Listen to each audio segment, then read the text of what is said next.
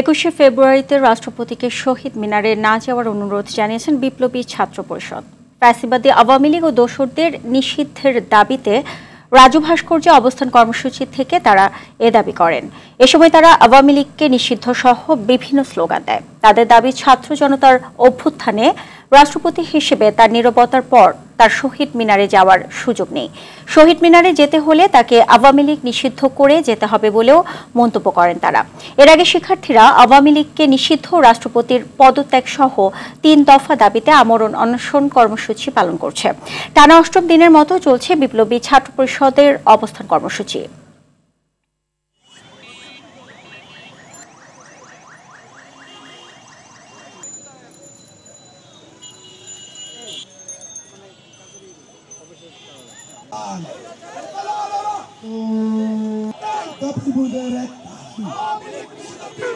What is she on the phone?